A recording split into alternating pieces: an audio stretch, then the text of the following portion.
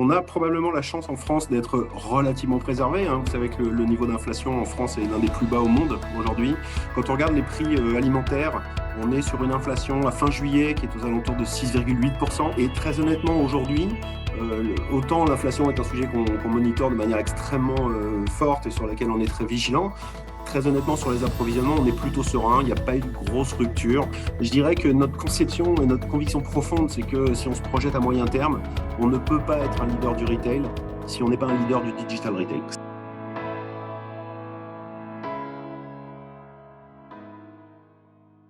Bonjour à tous et bienvenue dans ce nouvel épisode The Bull Club, conversation avec des leaders. The Bull Club est une série de webinaires qui vous offre des points de vue précieux de dirigeants d'entreprises cotées et de leaders financiers du monde entier. Je suis Paul Tesniarwin, consultant pour eToro, et je suis heureux de vous accueillir aujourd'hui puisque nous allons parler d'un sujet très intéressant. En effet, dans cet épisode, nous partons au cœur de la grande distribution. Nous avons donc fait appel à un géant du secteur, le groupe Carrefour. Donc, sans plus attendre, laissez-moi accueillir le directeur de la communication financière et des relations investisseurs du groupe, Sébastien Valentin. Sébastien, bienvenue dans The Bull Club. C'est un plaisir de vous avoir aujourd'hui. Merci beaucoup. C'est également un plaisir pour moi d'être avec vous et avec la communauté eToro. Merci Sébastien. Nous savons qu'aujourd'hui, la grande distribution a connu des mutations profondes depuis le début des années 2010, avec notamment le développement de la proximité et l'essor du bio comme tendance de fond. S'ajoute à cela une digitalisation des comportements qui s'impose désormais comme la nouvelle manière de consommer la grande distribution, et cela dans une période de crise, comme nous le savons. Sébastien, l'objectif aujourd'hui, c'est de parler de la façon dont l'industrie s'adapte à l'inflation et de l'évolution des modes de consommation. Donc, dans un premier temps, pour mieux vous connaître, pouvez-vous nous parler de Carrefour et de la façon et de son secteur d'activité, pardon? Oui, bien sûr, avec plaisir. Carrefour, comme beaucoup de gens le savent, c'est un des leaders du retail, c'est un des inventeurs du retail, je dirais, en Europe. Le groupe a été lancé dans les années 60 avec un premier hypermarché dans la région d'Annecy. Aujourd'hui, c'est plus de 13 000 magasins dans le monde. C'est une forte présence sur des marchés. Alors évidemment la France, qui est notre marché domestique, mais un leadership très très affirmé au Brésil, une forte présence en Espagne, et puis des parts de marché importantes dans d'autres pays européens, l'Italie, la Roumanie, la Pologne, la Belgique. Et puis également une belle présence en Argentine. Donc 9 pays au total aujourd'hui. Je dirais, pour résumer Carrefour, on peut dire que c'est avant tout plus de 300 000 collaborateurs dans le monde qui portent le flambeau. Et puis, pour parler un peu de chiffres, à peu près 80 milliards d'euros de chiffre d'affaires. D'accord. Donc, une entreprise internationale et qui finalement prend de plus en plus de parts de marché et est présent sur des nouveaux continents. Et donc, on comprend que c'est une entreprise qui est touchée par l'actualité. Donc, abordons à présent l'actualité qui est l'inflation, comme nous le savons, ce phénomène macroéconomique qui n'est pas nouveau puisqu'il fait partie du fonctionnement de l'économie. Oui. En ce qui concerne le secteur de la grande distribution et de Carrefour, j'ai déjà deux questions. Quel est le degré d'inflation sur les produits, mais aussi sur les coûts de fonctionnement? Oui, sur l'inflation des produits, je pense qu'il est important de savoir qu'on a des différences assez marquées en fonction des pays. On a probablement la chance en France d'être relativement préservé. Vous savez que le niveau d'inflation en France est l'un des plus bas au monde aujourd'hui. Quand on regarde les prix alimentaires, on est sur une inflation à fin juillet qui est aux alentours de 6,8%. Ce qui se compare à une inflation moyenne en Europe qui est plus proche des 10%. Il y a tout un tas de facteurs, évidemment, qui justifient cette bonne résistance du marché français. Les coûts de l'énergie, Dieu sait que l'énergie, c'est un sujet chaud en ce moment, mais c'est vrai qu'on est un petit peu protégé. La production d'énergie nucléaire, etc., qui joue dans le bon sens. Donc, une inflation qui est de l'ordre de 6,8% à fin juillet en France. C'est évidemment sur les coûts, je dirais, non alimentaires plus élevés que ça. La flambée des matières premières, on l'a vu depuis longtemps. On est sur des croissances qui sont très largement à deux chiffres. Je dirais que c'est quelque chose qui a été anticipé par le groupe. Sur les matières premières, l'inflation, elle date pas du début d'année, elle date plutôt de l'été dernier. Ça fait maintenant 1 an qu'on est dans cet environnement-là. Je dirais que l'avantage, c'est que le groupe, d'abord, on a vu arriver tout ça. On a quand même bien anticipé. L'inflation, on vit dedans de manière très prégnante depuis le mois de mars. Mais encore une fois, ça fait quand même maintenant 8, 9, 10 mois qu'on aborde le sujet de manière très claire, qu'on est mobilisé là-dessus. On a une chance, une expérience, je dirais, qui nous a beaucoup servi, c'est justement cette présence en Amérique du Sud. Il faut savoir qu'en Argentine, on est dans un pays où l'inflation moyenne, elle est de l'ordre de 50% par an. Cette année, on est plus aux alentours de 70% déjà, à la fin du premier semestre. Au Brésil, on est structurellement sur des inflations à deux chiffres, qui oscillent entre 10, 15, 16% en fonction du cycle. Donc, on a cette expérience-là. On sait la gérer de différentes manières. On sait la gérer vis-à-vis de nos clients en termes de stratégie de prix. On sait la gérer dans nos approvisionnements, dans nos achats. On sait la gérer de plein de manières. Et c'est vrai qu'on a mis en place dès le mois d'octobre l'année dernière des sessions de best practice entre nos équipes latino-américaines et nos équipes européennes en disant, voilà, attention, sur tel sujet, il faut aborder comme ci, soyez vigilants sur tel sujet. Et c'est quelque chose qui, évidemment, nous a beaucoup servi, je dirais, depuis qu'on est rentré dans le dur, si on peut dire ça comme ça, depuis le début de l'année. Ok, donc on comprend qu'il y a un réel défi sur les coûts des produits. Et également, vous avez abordé les crises d'approvisionnement. Comment vous êtes préparé face à ces crises d'approvisionnement? Alors, bon, la première chose, c'est que pour ce qui concerne l'approvisionnement, à proprement parler, pour le retail européen et pour Carrefour en particulier, ce qu'il faut bien avoir en tête, c'est qu'on est essentiellement sur de l'alimentaire. La partie non alimentaire, dans le groupe, ça représente à peu près 15% des ventes. C'est essentiellement en hypermarché. On les retrouve beaucoup moins dans les supermarchés ou dans les magasins de proximité. Donc, c'est pas un segment, je dirais, il est évidemment important, mais pas fondamental, essentiel, central dans la problématique du groupe. Sur ces sujets-là, on arrive à plutôt bien gérer, d'abord en sécurisant un certain nombre d'approvisionnements, non seulement sur les produits, mais aussi sur les coûts de transport. Vous avez vu l'explosion des prix des containers qui viennent d'Asie. Voilà, on avait sécurisé ça déjà depuis un bon moment, ça nous a quand même bien protégés depuis le début de l'année. Et puis, on a été aussi capable, toujours sur le non-alimentaire, d'aller chercher un certain nombre de produits dans de nouveaux pays, auprès de nouveaux partenaires, de façon à assurer une bonne continuité. Et très honnêtement, aujourd'hui, autant l'inflation est un sujet qu'on monitore de manière extrêmement forte et sur laquelle on est très vigilant. Très honnêtement, sur les approvisionnements, on est plutôt serein. Il n'y a pas eu de grosse rupture. Dans l'alimentaire, on a eu quelques exemples très précis. On a eu, évidemment, tout le monde a vu l'huile de tournesol. On sait qu'en ce moment, la moutarde, c'est un peu compliqué à cause de l'environnement autour de nous. Mais globalement, je dirais en termes d'approvisionnement, c'est quand même plutôt sous contrôle. C'est vrai qu'aussi que parce qu'on fait beaucoup d'alimentaire, il y a beaucoup de filières courtes, et Dieu sait que c'est quelque chose qu'on encourage aussi chez Carrefour, donc une forte proximité entre les producteurs et les magasins qui fait que globalement, ça se passe quand même plutôt bien. Donc finalement, la stratégie géographique de Carrefour permet de pouvoir bien gérer les coûts d'approvisionnement et puis les coûts des produits également, si on comprend Oui, bien et ça. puis on essaye d'être malin. Je vais vous citer une anecdote intéressante. On a trouvé en pleine pénurie d'huile de tournesol il y a quelques mois, on a trouvé quelques millions de litres qui étaient disponibles en Pologne, voilà, qu'on a réussi à acheter, qu'on a réussi à amener en France. Ils ont été vendus assez vite, pour tout vous dire. Mais c'est vrai que voilà, on a les bons réflexes, on a la bonne organisation, on a une bonne circulation de l'information entre nos différents pays. Mais encore une fois, sur l'alimentaire, aujourd'hui, je pense qu'il n'y a pas vraiment d'inquiétude sur l'approvisionnement. D'accord, très bien. Et alors, vous avez parlé des bons résultats, des bonnes performances de Carrefour. On va commencer à amorcer ce sujet-là. On constate que Carrefour continue à gagner des parts de marché. On note que le groupe a publié des résultats semestriels avec une hausse du chiffre d'affaires de 5,4% en données comparables. Finalement, quelle est la capacité du groupe à absorber cette période inflationniste tout en étant compétitif?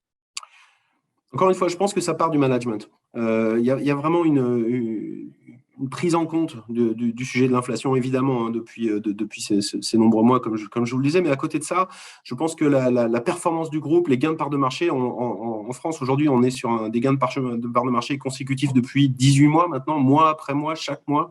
Carrefour gagne un petit peu de parts de marché. Alors, c'est lié évidemment à une stratégie de prix qui reste pertinente, qui reste attractive. C'est lié à des promotions, c'est lié à tout un tas de choses. Dans la stratégie, ce qu'il faut bien avoir en tête, c'est que les stratégies de pricing, c'est pas juste augmenter tel ou tel produit. C'est beaucoup plus complexe que ça. C'est les promotions, c'est évidemment les marques propres. Je pense on va en parler également. Mais c'est tout un ensemble de choses. C'est la perception prix, c'est être sûr que le prix dans le rayon et le prix qu'on va retrouver à la caisse, c'est vraiment de la bonne exécution. Et cette bonne exécution, elle est totalement centrale aujourd'hui dans le management du groupe. Nous avons un indicateur de référence, alors on n'est pas les seuls à l'utiliser, mais on l'utilise de manière absolument centrale, c'est le NPS, la satisfaction client, qu'on va mesurer tous les jours. Évidemment, le critère prix fait partie du NPS et de la satisfaction des clients, mais il y a plein d'autres critères. Et on travaille ça et on optimise ça et on est extraordinairement réactif. Il faut savoir qu'aujourd'hui, un client qui va donner un avis négatif dans une très, très grande majorité de cas, il va être appelé par le directeur du magasin qui va lui dire, voilà, j'ai reçu votre commentaire, j'ai vu que vous aviez eu un problème, qu'est-ce que je peux faire pour vous, comment on peut régler ça, je serais ravi de vous accueillir à votre prochain passage pour échanger avec vous, pour vous présenter telle ou telle nouveauté. Voilà, il y a une vraie démarche globale, je dirais, de satisfaction client qui passe par la bonne exécution, qui passe par le fait de trouver les produits rapidement quand on se déplace dans le magasin, qui passe par une attente en caisse qui est raisonnable. Et tout ça, on le travaille tous les jours. C'est tout un tas de petites choses qui, mises bout à bout, font que le client est satisfait de son expérience chez Carrefour. Et encore une fois, évidemment, en gardant cette problématique de prix qui est importante aujourd'hui. Donc, vous faites donc partie des gros groupes qui arrivent à proposer une stratégie adaptée à ce phénomène inflationniste bien connu. Alexandre Bompard l'a évoqué, notamment dans le dernier événement sur le REF 2022. Comment faites-vous pour protéger les consommateurs, le pouvoir d'achat des consommateurs et à gérer finalement l'inflation avec ça? Je dirais que toute la stratégie du groupe et ce qu'on a essayé de mettre en avant déjà depuis un bon moment vis-à-vis notamment de nos actionnaires et des investisseurs, c'est de dire on est dans cet environnement challenging, incertain et probablement nouveau pour beaucoup de gens parce que finalement, je pense que les gens qui sont plus âgés que moi n'ont pas forcément une grande expérience de ce que peut être l'inflation sur ces niveaux-là. L'idée, c'est à la fois de protéger le pouvoir d'achat de nos clients et de protéger le modèle économique du groupe. Et c'est vrai que les performances du premier semestre, on a réussi à sortir des marges qui sont stables, mais on s'aperçoit que ce n'était pas si évident que ça et que les grands concurrents européens n'étaient pas forcément sur ces niveaux de performance. Ça se trouve avec un équilibre. D'abord, évidemment, avec les négociations qu'on peut avoir avec nos fournisseurs. Ça, c'est je dirais, le quotidien, c'est normal. Ça se passe aussi dans, je dirais, le fait de compenser une partie des hausses de coûts subies par des plans d'économie. On a annoncé cette année un plan de 900 millions d'euros d'économie qu'on a relevé à 1 milliard d'euros au mois de juillet. Et évidemment, une très forte partie de ces économies sont réinvesties dans la compétitivité, dans les prix. Et c'est comme ça qu'on arrive un petit peu à trouver ce bon équilibre.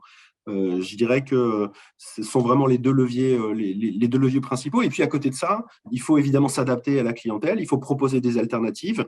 Alors on a effectivement Carrefour, c'est un groupe qui est connu pour avoir une bonne activité, une activité assez pertinente et performante en termes de promotion.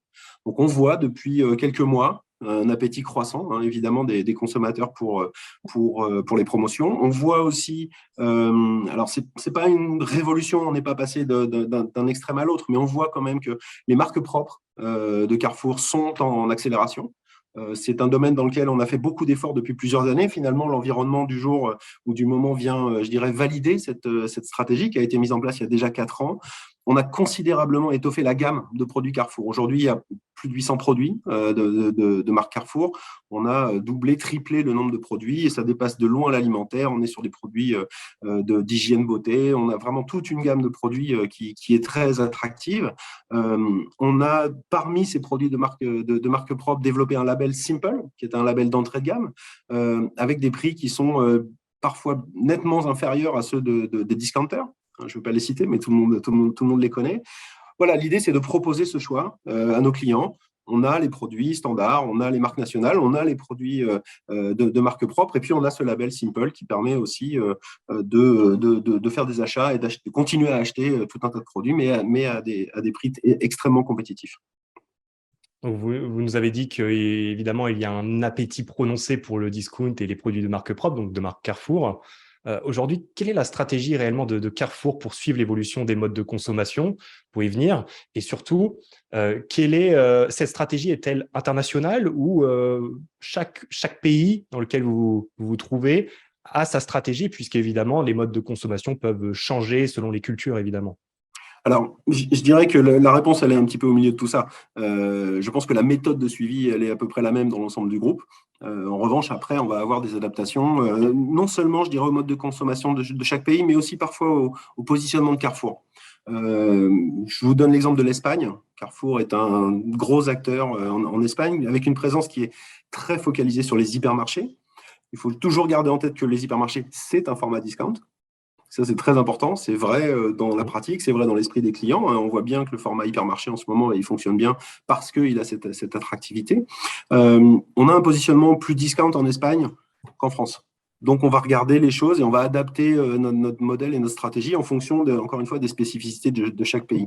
Ce qu'il faut savoir, c'est que nous avons une analyse extraordinairement fine des comportements de nos clients. On a cette chance d'avoir ce qu'on appelle du first party data. On analyse évidemment toutes les transactions qui sont réalisées au sein du groupe. Aujourd'hui, on a plus de 8 milliards de transactions en base de données qui ont été collectées depuis plusieurs années maintenant. Et évidemment, c'est un insight extraordinaire pour bien comprendre les évolutions. Ce qui est intéressant, et je vous le disais tout à l'heure, c'est qu'on a vu cette évolution de manière assez lente, notamment en France.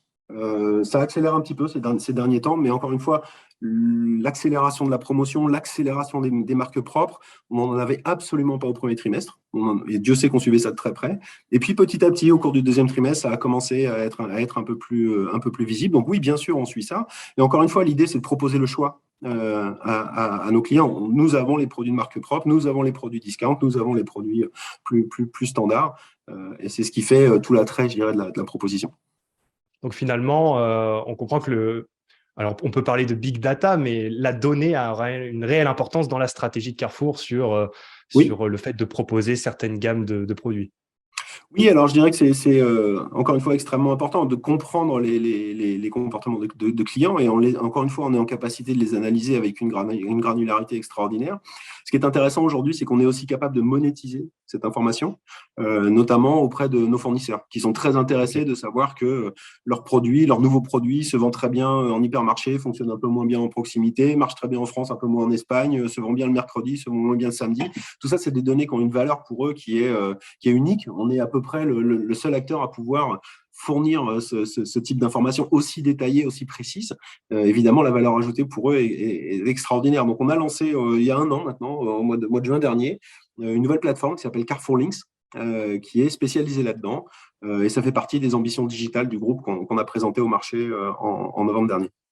Ok, donc ça veut dire que finalement, le fait que vous pouvez récolter de la donnée, ça a créé un nouveau marché dont vous pouvez avoir le Oui. contrôle et en même temps apporter de la valeur à vos fournisseurs. C'est exactement l'idée. Alors, on n'a pas inventé ce marché, faut rendre à César ce qui lui appartient. C'est ce qu'on appelle le retail media. C'est une activité Ok. qui existe aux États-Unis déjà depuis plusieurs années. Nos grands concurrents américains, Walmart notamment, est assez vocal sur le sujet. Ça génère évidemment des profits importants. C'est relativement neuf en Europe. Et encore une fois, l'avantage de Carrefour d'être présent sur 6 grands marchés européens, sur l'ensemble des formats, des hypermarchés, des supermarchés, de la proximité, ça nous donne un degré de détail et de compréhension des mécanismes de vente qu'on est à peu près les seuls à pouvoir offrir. Donc, c'est évidemment un avantage important. On a démarré ça, je vous le disais, on a annoncé en juin dernier, on a commencé à avoir les premières relations avec, avec nos fournisseurs à la rentrée de 2021. Aujourd'hui, on a plus de 300 fournisseurs qui sont clients, qui regardent ces données de façon optimisée, leurs produits, leur marketing, leur vente, etc. Et ça donne de très bons résultats. Ok, donc on comprend que, outre la période inflationniste, on sait que les événements exogènes, donc les événements externes depuis la Covid-19, ont impacté le comportement des consommateurs et on vient de l'évoquer au niveau de la donnée. Et quelle est la place de l'e-commerce et de la digitalisation dans le modèle et la stratégie financière de Carrefour? Le digital, il est aujourd'hui absolument au cœur de ce qu'on fait. Je crois qu'on a eu l'occasion de s'exprimer très longuement sur le sujet au mois de novembre dernier. On a présenté notre plan digital à la communauté financière avec des objectifs très ambitieux de générer 600 millions d'euros d'EBIT incrémental à 2026, ce qui fait une très forte croissance pour le groupe, avec différents leviers. Alors, le e-commerce, évidemment, on va en parler. Carrefour Links, qui doit également apporter sa contribution. Et puis, les services financiers.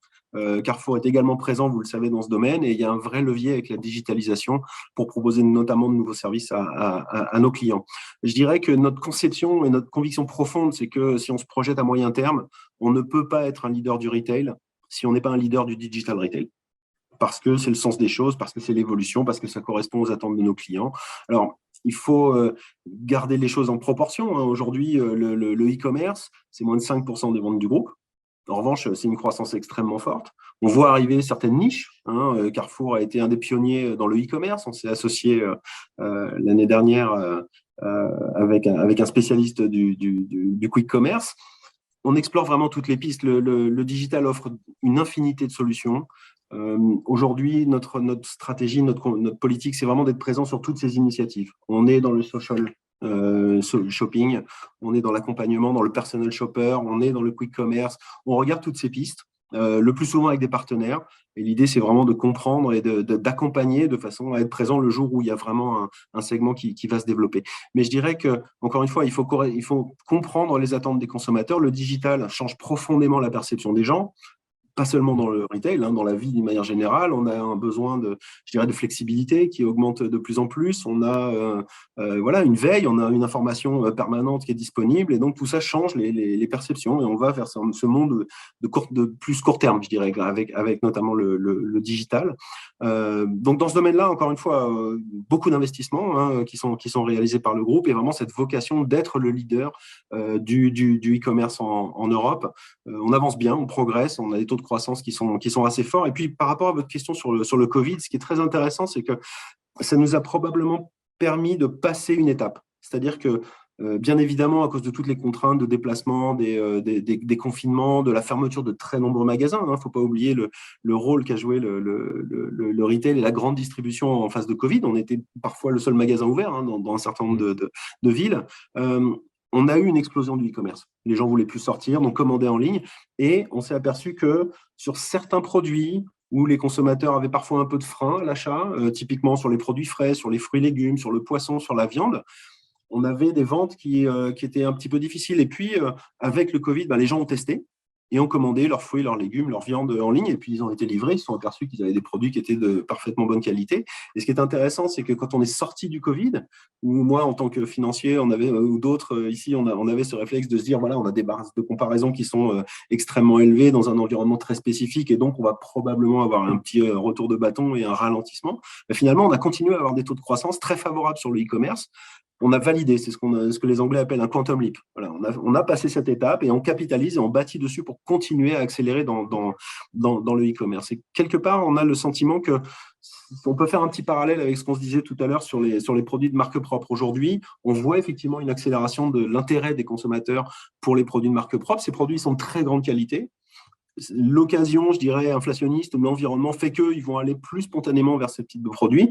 Et puis, comme pour les produits frais en e-commerce, ils vont s'apercevoir que la qualité est là. Et on pense qu'on va pouvoir continuer à bâtir là-dessus pour augmenter le poids de la marque propre, sachant que c'est un sujet assez fondamental dans notre industrie. Il faut pas oublier que les marques propres, c'est un des meilleurs moyens de se différencier de nos concurrents. On a évidemment un environnement dans lequel une grande majorité des produits qu'on vend sont les mêmes que ceux de nos petits camarades des magasins d'à côté. Et finalement, la qualité de la marque propre, c'est un facteur différenciant, c'est un facteur de préférence, de fidélité. Et c'est évidemment très important. Il n'y a pas d'histoire de succès dans le retail, que ce soit aux États-Unis ou en Europe, sans une histoire de succès de la marque propre. Mais on en est évidemment très conscient. Alors, évidemment, il y a une question qui vient en tête, vous l'avez évoqué dans votre réponse, c'est au niveau logistique. Comment Oui. faites-vous pour finalement gérer cette logistique, puisqu'on sait que l'alimentaire, il y a toutes les contraintes de qualité pour pouvoir casser la chaîne du froid, etc. Vous êtes en Europe. Comment Oui. faites-vous pour gérer cette logistique, puisque vous avez développé des solutions au niveau du digital? Alors, comment faites-vous pour que la logistique suive sur tout ce développement? Je pense que l'avantage qu'on a, c'est que la logistique, ça fait 60 ans qu'elle suit, donc on a vraiment toutes les infrastructures qui sont là. Ces infrastructures, elles peuvent un petit peu évoluer. C'est vrai que notamment pour tout ce qui concerne le e-commerce, on a développé un certain nombre de choses. On a des centres qui sont 100% automatisés avec des robots qui vont aller chercher les commandes, chercher les produits avec des systèmes assez spectaculaires. Vous pouvez trouver ça en ligne si ça vous intéresse. Mais globalement, on a les bases, on a les structures déjà qui sont sécurisées depuis très longtemps. Cette présence européenne qui, encore une fois, nous donne la taille critique, je dirais, pour sécuriser. Donc, c'est des investissements importants, évidemment, dans cette chaîne logistique. Encore une fois, je vous dis, elle n'est pas tellement, je dirais, challengée dans l'environnement. C'était, je pense qu'il y a 6 mois, 8 mois, dans toutes mes discussions avec les investisseurs, on avait un moment sur l'inflation, on avait un moment sur les ruptures d'approvisionnement. Encore une fois, je vous le disais tout à l'heure, l'approvisionnement aujourd'hui fonctionne globalement très bien. Mais c'est vrai que le fait d'avoir ce soutien logistique derrière nous, c'est évidemment une sécurité importante. Donc, on comprend que finalement, c'est toute l'expérience Carrefour qui tient tout ce, qui est finalement un pilier dans votre stratégie, même les stratégies pour le futur. Et partons maintenant sur un axe un peu boursier, le fait de maintenir son dividende, même divisé par deux durant la crise de la Covid-19, montre une certaine résilience de l'activité du groupe Carrefour, puisque de nombreux grands groupes français l'avaient supprimé lors de la crise. Donc, Oui. on sait que Carrefour appartient à un secteur parmi les plus défensifs, qui est la grande distribution alimentaire. Comment pouvez-vous expliquer cette résilience finalement? Je crois que tout simplement, on est vraiment dans les besoins primaires des consommateurs. Ce qui fait qu'un secteur est défensif et qu'il est, je dirais, moins sujet aux variations économiques, c'est que l'économie peut aller plus ou moins bien, les gens vont continuer à manger, les gens vont continuer à aller acheter des produits de grande consommation. C'est quelque chose, je dirais qu'il faut vraiment atteindre des situations très extrêmes avant qu'on aille vraiment commencer à atteindre, à toucher ce secteur-là. Donc, on l'a bien vu dans le Covid. Encore une fois, pendant la période Covid, c'est vrai que c'était un recours, hein, la grande distribution, dans de nombreux cas, on l'a vu. Après, je crois aussi on parlait tout à l'heure des gains de part de marché. Il y a une vraie dynamique, hein, qui est engagée chez Carrefour maintenant depuis 5 ans et de l'arrivée de la nouvelle équipe de management autour d'Alexandre Bompard. Donc, on sent ce vent dans les voiles. C'est honnêtement quelque chose qui nous porte, hein, qui est évidemment très positif. On a à côté de tout l'effort commercial qui a été fait, tout l'effort sur la satisfaction client, sur une exécution parfaite. Finalement, on est dans un métier qui est à la fois simple et compliqué, hein. Quand on voit ce que c'est que la vie d'un hypermarché, croyez-moi, c'est très précis.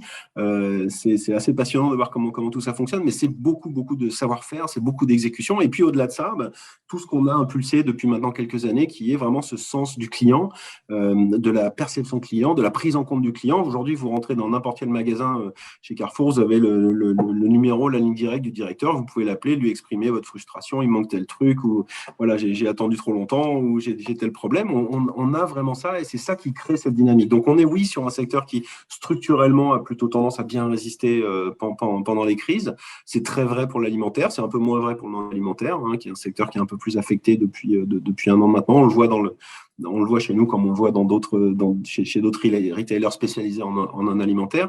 Mais à côté de ça, il y a une dynamique propre qui fait que Carrefour est plutôt fringant, je dirais, en ce moment. Finalement, ce ne serait pas la proximité, notamment avec les clients, mais aussi avec les fournisseurs, la stratégie de proximité qui ferait de Carrefour une entreprise résiliente? Alors encore une fois, ça fait partie des éléments vraiment qu'on pousse énormément. C'est vrai qu'aujourd'hui, on travaille avec plus de 3000 producteurs locaux. Les filières courtes sont évidemment quelque chose qui se développe beaucoup. On a la chance aussi, à l'échelle de nos magasins, d'avoir un maillage extrêmement dense, hein. Le fait d'avoir les hyper, les supermarchés, les magasins de proximité. En France, vous avez un Carrefour tous les 7 kilomètres. Donc il y a une densité qui est absolument incroyable, qui bénéficie, je dirais, à la fois dans la relation client et dans la relation fournisseur. Les fournisseurs ne sont jamais bien loin de nos magasins. Ils peuvent venir, ils peuvent tester, ils peuvent regarder leurs implantations, etc. Donc, c'est, oui, quelque chose qui évidemment est important. Mais encore une fois, ce qui est vraiment intéressant et ce qui fait la performance, c'est la prise en compte de l'ensemble des éléments. La stratégie de prix, c'est important. La relation avec les fournisseurs, elle est importante. Je vous le disais, je parlais de Carrefour Links tout à l'heure, si je peux faire cette petite digression. Carrefour Links, ça change notre relation avec les fournisseurs. On était vraiment dans une relation qui était quasi essentiellement basée sur les négociations de prix, où aujourd'hui, il y a toujours les négociations de prix et d'approvisionnement, mais il y a aussi derrière nous l'information et le service qu'on peut leur apporter avec les données qu'on utilise. Donc voilà, c'est vraiment un ensemble de choses, c'est une granularité très forte sur le management, sur la gestion de notre activité qui fait qu'on arrive à générer cette performance. Ok, donc ces stratégies que vous nous avez évoquées, Sébastien, pourrait-elle être aussi efficace face aux différentes crises auxquelles nous serons potentiellement confrontés sur les 5 ans à venir, voire même 10 ans, mais déjà 5 ans, quand on connaît le contexte actuel et les difficultés sociopolitiques que l'on connaît, etc. Encore une fois, je crois que ce qui est intéressant avec les crises, on a eu, je dirais malheureusement, deux crises très différentes qui se sont succédées de manière très rapide. Les crises ont rarement tendance à changer vraiment, à apporter des vraies inflexions, je dirais, dans les comportements. Les crises viennent plutôt accélérer un certain nombre de tendances. Il est évident que le Covid a accéléré un certain nombre de choses qu'on voyait déjà arriver avant. Le besoin de flexibilité, le besoin de sécurité, voilà, ce sont des notions qui n'ont rien de nouveau. Euh, mais qui ont été accélérées avec le Covid. Aujourd'hui, l'inflation accélère un certain nombre de choses. On a parlé de la marque propre dans les comportements d'achat. Voilà, tout ça révèle, c'est des moments de vérité en fait, les crises. Et donc voilà, on révèle un certain nombre de comportements qui vont être validés, qui vont se maintenir et qui vont être pérennes dans la durée. Donc, dans un certain sens, le fait d'avoir anticipé toutes ces évolutions, et encore une fois, on les suit vraiment au quotidien, fait que finalement, ces éléments-là donc, sont validés au travers de crises. Et oui, ça va être pérenne et ça va perdurer. Donc, bon, effectivement, le monde autour de nous est incertain. Nous, on est plutôt confiants, je dirais, dans le bien fondé de notre stratégie. On continue d'avancer. On aura l'occasion au mois de novembre prochain de présenter le nouveau plan stratégique du groupe, puisque le premier plan d'Alexandre Bompard et du management Carrefour 2022, comme son nom l'indique, arrive à échéance à la fin de l'année. Donc on travaille là-dessus, sur des nouvelles hypothèses, sur de nouvelles initiatives qu'on sera heureuse de présenter dans quelques mois. Mais globalement, oui, on regarde le groupe, on regarde l'avenir avec confiance. Le groupe a la chance aussi non seulement d'avoir une bonne performance et je dirais une bonne dynamique commerciale, ces gains de part de marché qui évidemment sont très favorables. À côté de ça, on a aussi un bilan qui est extrêmement solide. Voilà, donc on peut voir venir. Et encore une fois, on regarde l'avenir avec ambition et sérénité. Merci beaucoup, Sébastien, pour votre temps et pour cet épisode The Bull Club, pour tous les éléments de réponse essentiels pour nos auditeurs qui vont finalement mieux appréhender le secteur, donc du point de vue chaîne d'approvisionnement et puis côté un peu plus business que consommateur. Et c'est un secteur finalement qui répond fortement aux besoins qui rythment notre quotidien. Merci beaucoup. Merci à vous de votre temps et de votre intérêt pour le groupe Carrefour. Merci. À bientôt dans un nouvel épisode peut-être.